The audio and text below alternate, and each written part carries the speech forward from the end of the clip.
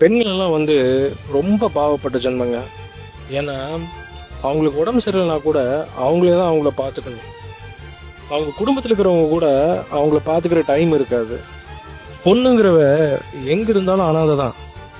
அவங்களுக்குன்னு ஒரு பிரச்சனை வரும்போது யாருக்கிட்ட சொல்றது, யாரு நமக்காக நிற்பாங்க அப்படிங்கிறதே அவங்களுக்கு தெரியாது. அதனால பெண்கள் எங்க இருந்தாலும் அனாதையாக தான் இருப்பாங்க. ஒரு ஆணை பொறுத்தளவுக்கு தன்னோட மனைவியும் அம்மாவும் ரெண்டு கண்கள் மாதிரி இருக்கலாம். ஆனால் வித்தியாசம் இருக்கு. உங்கள் அம்மா உங்களை மட்டுமே நம்பி வரல, ஆனால் உங்கள் மனைவி உங்களை மட்டுமே நம்பி வந்திருக்காங்க. ரெண்டாவது, உங்களை நம்பி மட்டுமே வாழ்கிறாங்க. அதனால அவங்கள கண்களை நினைக்கட்டி பரவாயில்ல, அவங்களுக்கு கொடுக்குற மரியாதையை கரெக்டாக கொடுத்தா சரி. பெண் குழந்தைகளை கல்யாணம் பண்ணி கொடுக்குற வரைக்கும் சந்தோஷமாகவும் நிம்மதியாகவும் பார்த்துக்குங்க.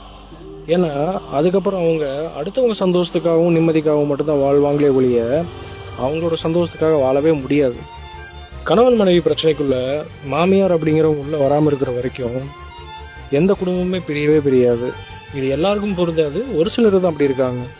ஒரு ஆண்மகன் எத்தனை குடிகாரனாக இருந்தாலும் சரி, பொறுப்பில்லாதவனாக இருந்தாலும் சரி, எத்தனை தவறுகள் செஞ்சாலும் சரி, அவன் நல்லா இருக்கணும்னு நினைக்கிற ஒரே ஒரு ஜீவன் கடைசி காலத்தில் அவங்க மனைவி மட்டும்தான். அது எந்த ஆண்களும் புரிஞ்சுக்கிறது கிடையாது.